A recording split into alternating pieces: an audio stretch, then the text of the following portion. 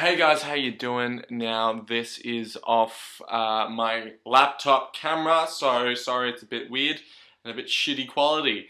Now I wanted to talk about, since you loved it so much, Korea. It seems to me that you guys pay more attention to all my Korea posts than my other posts. So I want to talk about today tips for teaching in Korea part 1. It's the first part of many parts. I don't know how many of these I'm going to do, but I'll let you know. Okay, and the first tip I want you to know is this. Don't work in a hagwon. Okay, hagwon is a private academy, you know, your after school programs and whatever, except it's not like Australia, it's not like America, where it's like, oh, an hour, oh, lovely. No, it's like hardcore shit, okay? Students, they go there and they fucking study. They study really, really hard, and and it's all textbook learning, it's all out of the textbook. You're there just to read out of the textbook. So I'm told. I didn't teach in a hagwon. I taught at a public school, but all the hagwons, they tell me, you're working 35 hours a week, you're teaching for that long. And in public school, you teach for about 20 hours a week. There's a big difference, okay? In public school, you have 20 holidays, around 20, 21 holidays a year. And in hagwon, it can range from about 3 to 10, no more than 10.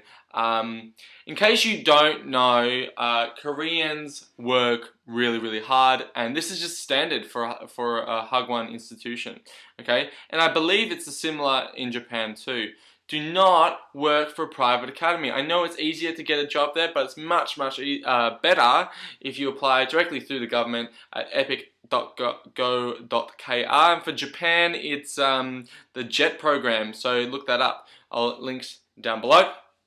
Okay, my second tip is, since you're working in a public school, go apply to work at a primary school. The reason is you don't really have to plan your lessons because the other teacher is teaching most of the time, and so you just, you know, you're there for the games, you're there for fun. I worked in a middle school and I was planning all my lessons and I was doing it all myself, and yeah, it's a lot more work. But, you know, rewarding as well. So that's cool, right?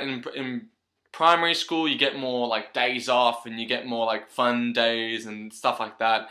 And what's the kicker as well is that primary school in Korea finishes at 2 o'clock, which means you're there till about 4:30. You just have to wait around 4:30. So people, what they do is they sleep. They have rooms where teachers can go and sleep.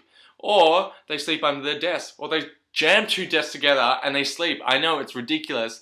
I slept a couple of times, only after like 9 months before I found the room where you can sleep in.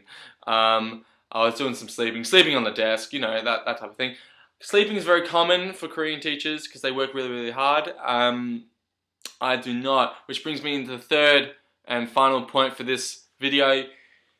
If you speak a little Korean, if you're like kind of like a little bit of Korean, great, awesome. They love that. They go, yes, you're trying, right? If you're fluent in Korean, very bad news. Bad news. They do not tell your co-teachers that you speak fluent Korean, because what they're going to do is, as soon as you tell them that, they're going to basically what they're going to do is they're going to get you to do a shitload of work, a lot of administration shit, a lot of, you know, can you take care of these kids here and do all this bullshit? And no, you're the foreign teacher, okay, and all you do is teach the classes and go on the fun trips and eat the cool dinners, okay? That's what you do. So don't you know, tell your teachers that you speak Korean.